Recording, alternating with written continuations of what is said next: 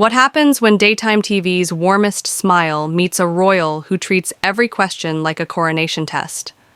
It was supposed to be a feel-good chat on the Jennifer Hudson Show, a little California sunshine, a little charity talk, a few charming anecdotes.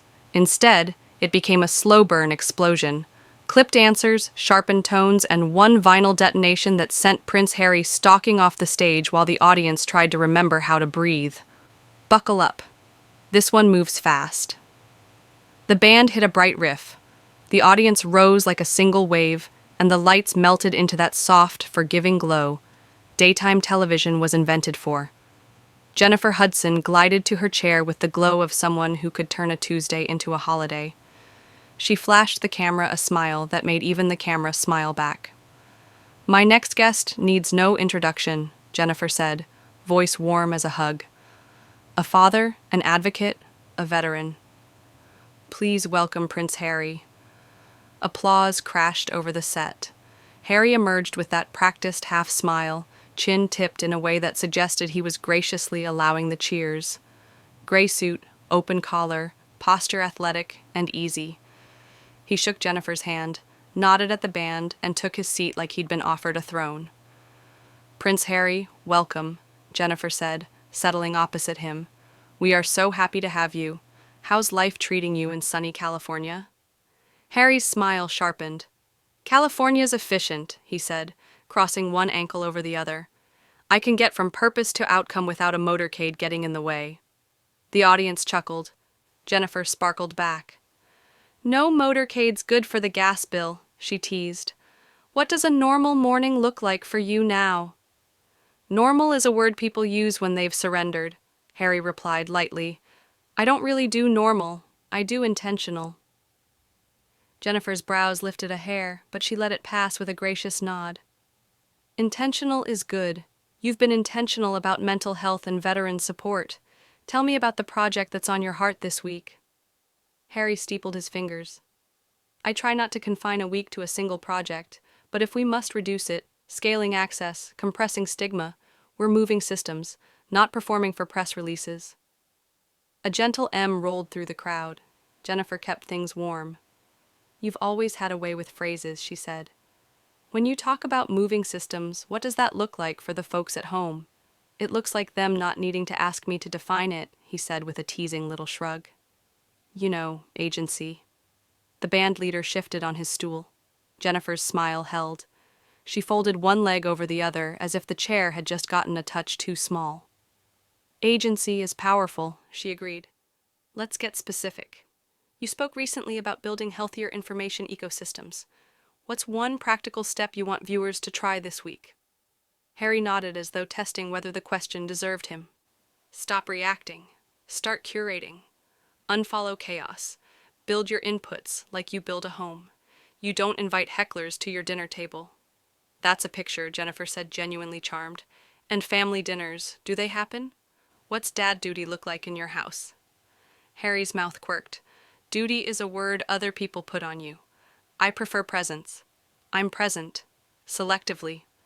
A soft ripple moved through the risers. Jennifer laughed it off. "Selective presence. That's parenting with a brand," she joked. "Okay, let's talk origin story. You've said California gave you a fresh start. What did you have to unlearn to take it?" He considered, eyes on the rigging above them. "Permission deference, the idea that silence is noble. I retired from apologizing for existing." "Retired?" Jennifer echoed, amused. "You make it sound like a ceremony."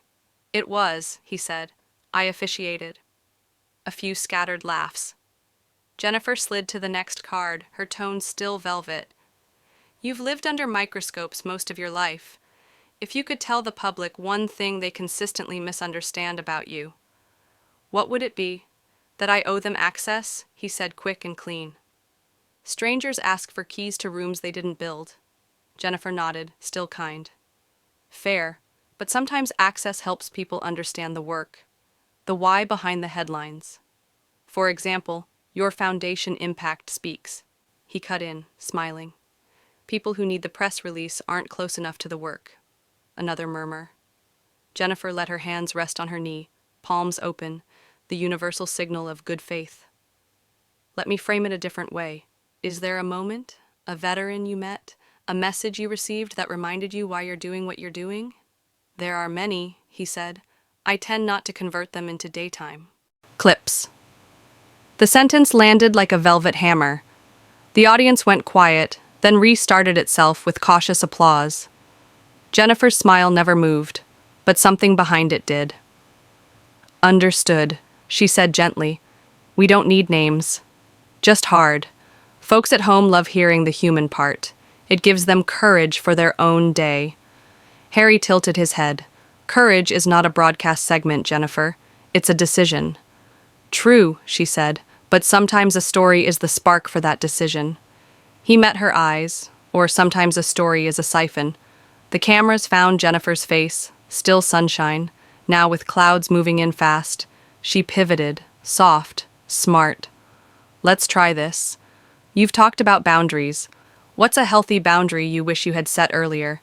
Answering only questions asked in good faith, he said with a bright, harmless smile that wasn't harmless at all. A few people laughed because they didn't know what else to do.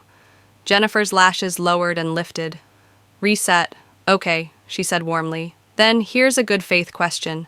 When the public hears you speak about institutions, it can sound very sweeping. Is there anything you admire about the world you stepped away from? I admire endurance, he said, even when it's misplaced. And the people? She pressed, gentle as gauze. Any relationships you hope to mend? I don't mend things that still cut, he said. I replaced them. The room cooled on the screen. The image was perfect. Two professionals, glossy set, citrus, bright laugh lines. In the air, a string pulled tighter with every answer. Jennifer breathed in a singer's breath, slow and steady. Last one before the break, she promised. You've used phrases like owning your narrative and curating inputs. For anyone watching who feels small today, one concrete practice you swear by. He smiled like a teacher who'd just been given a very easy question. Stop feeling small, he said. Stand up properly, edit your circle, decline anything that dims you. If that offends people, they were furniture. A surprised "oh" ran through the audience, half impressed, half uneasy. Jennifer's smile softened, but her eyes were searching now. That's decisive, she managed with a tiny laugh. All right, y'all, we're going to a quick break. When we come back, we'll talk about service, legacy, and what joy looks like for Prince Harry these days. Applause lights blinked. The band lifted the room with bright brass. The director held the wide shot an extra beat as if to prove nothing was wrong. But even in daylight, you could feel it. The temperature had dropped. The pleasantries had teeth. Somewhere between intentional mornings and furniture, the conversation had turned quietly into a test of patience, hers in altitude. His backstage hands rolled in a product table no one would remember. A PA whispered countdowns.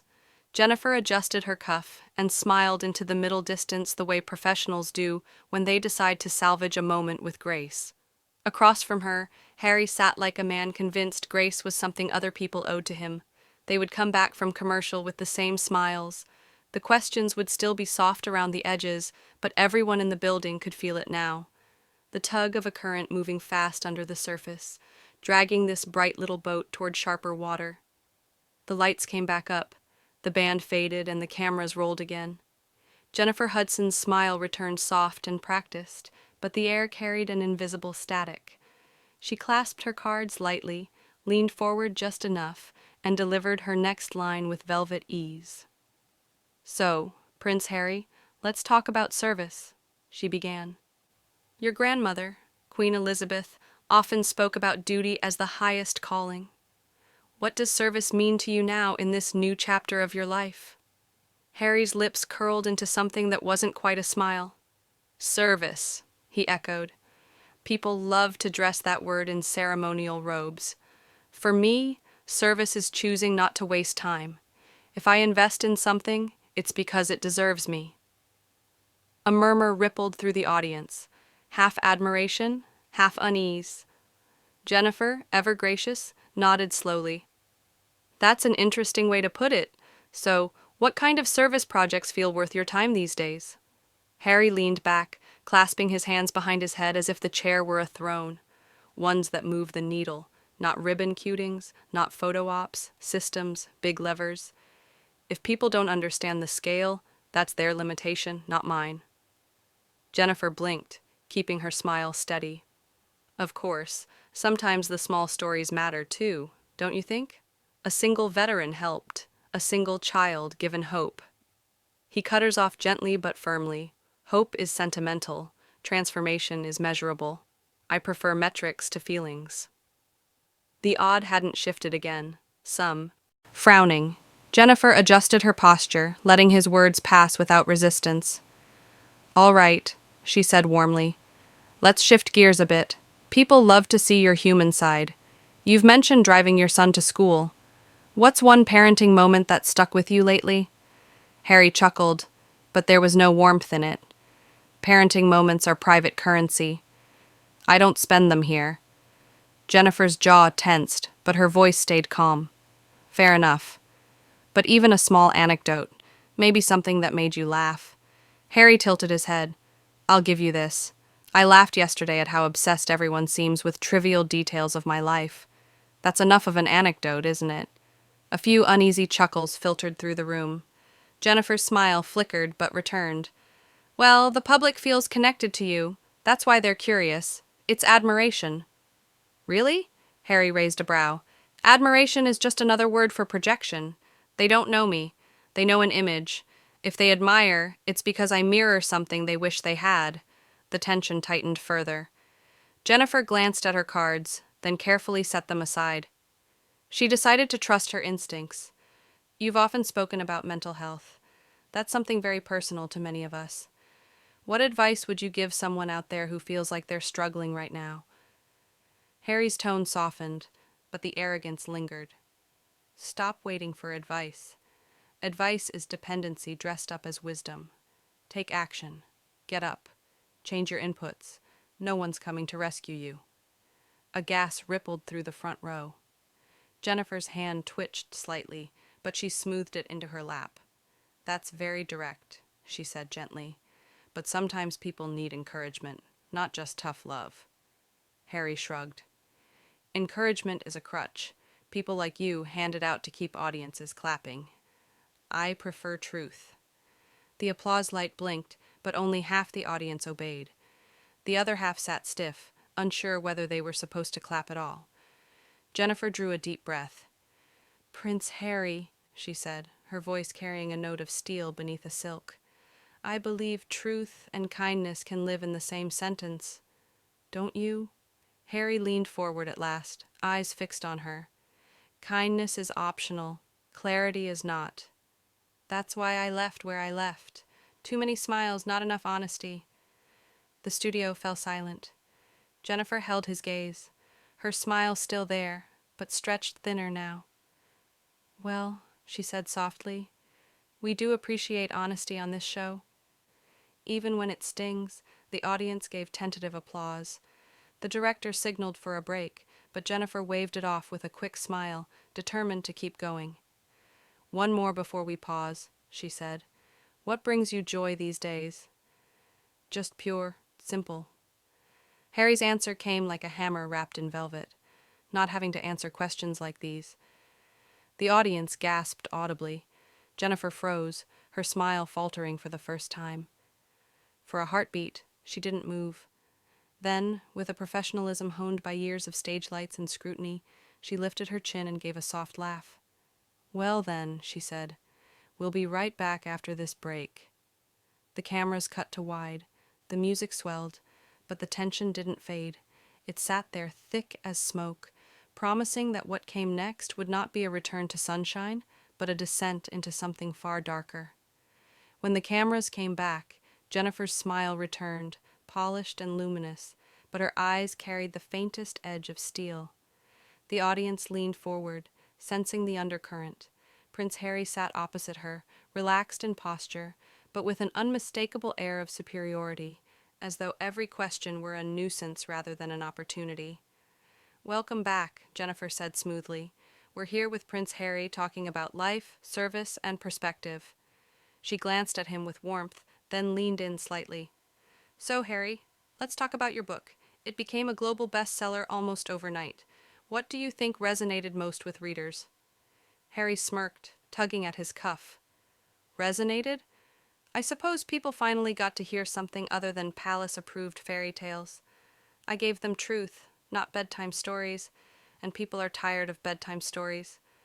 The audience chuckled nervously. Jennifer kept her smile intact. It was certainly candid, but some critics felt it painted your family in a harsh light. Do you think there's any part of the story you might have told differently? Harry's eyes narrowed slightly. Critics usually come from people who haven't lived a day of my life. It's easy to call something harsh when you're sitting comfortably in your armchair with no cameras, no headlines, no knives at your back. The silence stretched before Jennifer gently nodded. Fair, but do you think? He interrupted. Do I think? Of course I think. That's why I'm here. If I wanted to parrot polite nonsense, I would have stayed where I was. The audience shifted uncomfortably. Jennifer's voice softened, almost maternal. I hear you. But sometimes the audience just wants to connect with the man behind the headlines, the father, the husband. Can you share a little joy? Something light for them? Harry tilted his head, a trace of disdain in his smile. Joy isn't for public consumption. You can't package it into daytime segments. If they want entertainment, they can look elsewhere. I'm not here to perform.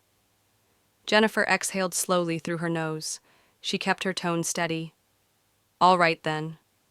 Let's talk legacy. Your mother, Princess Diana, left a powerful mark on the world. How do you hope to carry her legacy forward?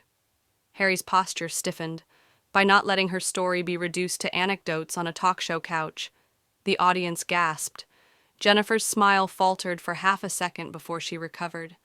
I mean, no disrespect, Harry. Your mother was a beloved figure. People feel a connection to her, and through you, they want to know her legacy lives on. Harry leaned forward, his voice low but sharp. Her legacy lives on in my choices, not in audience applause. For the first time, Jennifer's eyes flickered with something more than patience, something harder, but she smoothed it over with a small laugh. All right, let's turn to the future. You and Meghan have taken bold steps away from royal duties. Some admire it, some don't understand it. How do you respond to those who say you walked away from responsibility? Harry's tone was clipped. Responsibility isn't wearing a medal and waving from a balcony. Responsibility is protecting your family. I don't need approval from strangers to validate that. Jennifer nodded, though her grip tightened slightly on her cards. Understood. But you've also stepped into media deals, documentaries, public platforms. Some might say that's not stepping away, but stepping into a different spotlight. Harry smirked again. Yes. And some might say the sky is green. People talk because they can't imagine making bold moves themselves. It's easier to critique than to act. The tension in the room thickened. Jennifer pressed on, her smile now clearly strained at the edges. So, Prince Harry, what would you say to those who feel you've traded one form of privilege for another? Harry's response came instantly. I'd say it's none of their business. If they want to discuss privilege, they can start with their own lives before lecturing me about mine. The audience reacted audibly this time, a ripple of surprise and discomfort. Jennifer took a steadying breath, her eyes locking onto his. Well, she said softly, people look to you as an example. That's why they ask. Harry leaned back again, folding his arms. Examples are for textbooks. I'm not a case study. I'm a reality they don't want to face. Jennifer's smile froze, then cracked just enough for the cameras to miss, but the audience to catch. She shifted in her chair, tapping her cards against her knee. Prince Harry, she said, her voice a little firmer now. I think what people want is honesty, yes, but also humility. Would you agree? Humility has a place in leadership? Harry's gaze locked onto hers. Humility is overrated. It's usually demanded by people who don't have achievements of their own. I prefer authenticity over false modesty. The audience gasped again, louder this time. Jennifer's chest rose and fell once in a long, quiet inhale. She smiled, but it no longer reached her eyes. "All right," she said finally. "We're going to take one more short break." The cameras cut wide as the band played them out, but the audience's faces told the real story: disbelief, unease, even anger. Something was building unstoppable now, like a storm that had been gathering over calm seas. And at the center of it sat Jennifer Hudson, still poised but running out of patience, and Prince Harry, smugly convinced he had won whatever battle he thought he was fighting. What came after the break would not be polite. The cameras returned from the break. The audience clapped dutifully, but the energy was different now, less excitement, more dread. Everyone knew they were watching something that could implode at any second. Jennifer Hudson straightened her notes, exhaled, and flashed a smile at the cameras. "Welcome back. We're here with Prince Harry," she said warmly, though her voice carried a quiet tension. Harry sat with his legs crossed, posture casual, but expression smug, as if the applause were meant solely for him. Jennifer leaned forward, still composed. "Harry, you've spoken about rewriting your story, owning your narrative, but some people feel your narrative has been at the expense of others. Your family, your country, even your late grandmother. What do you say to that?" Harry chuckled under his breath. "I say people love fairy tales until the truth ruins the ending. My story isn't about their comfort. It's about my survival. If that offends them, so be it." A murmur of disapproval rippled through the audience. Jennifer pressed her lips together, then nodded slowly. "I see. But what about accountability? Do you believe you owe your family or the public any reflection, any humility?" Harry tilted his head. "Accountability is a tool used by the powerless to restrain the powerful. I've carried burdens none of you could imagine. I don't owe anyone an apology for refusing to stay silent." The audience gasped audibly. Jennifer's face didn't flinch, but her voice dropped lower and firmer now. "With all due respect, Harry, I think humility isn't restraint. It's respect. Respect for people who look up to you and for those who came before you." Harry smirked. "Respect has to be earned. And frankly, most people haven't earned mine." The words landed like stones. A collective gasp swept through the studio. Jennifer's smile vanished. For the first time all morning, her composure cracked.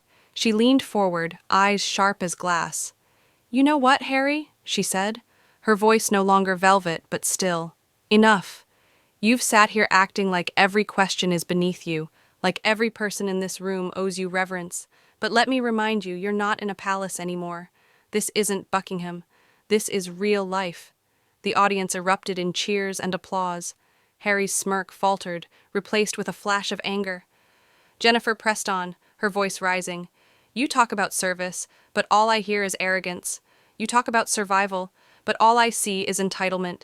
You've been given platforms most people would dream of, and instead of gratitude, you serve up lectures and disdain." Harry's jaw clenched. "You invited me here, Jennifer.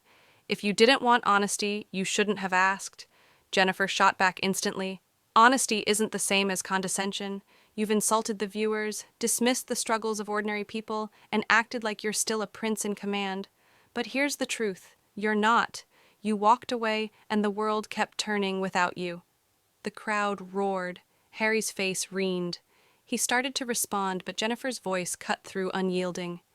"And let's be even clearer," she said, her tone deadly calm now. "You are not your mother. Princess Diana earned love through compassion, humility, and courage. You've traded hers for self-pity and arrogance. You are not living up to her legacy. You're tarnishing it." The studio went silent, stunned.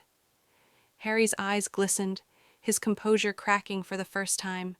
He stood abruptly, his chair scraping loudly against the floor. "I don't have to sit here and listen to this," he snapped, his voice trembling with fury. Jennifer sat tall, unflinching.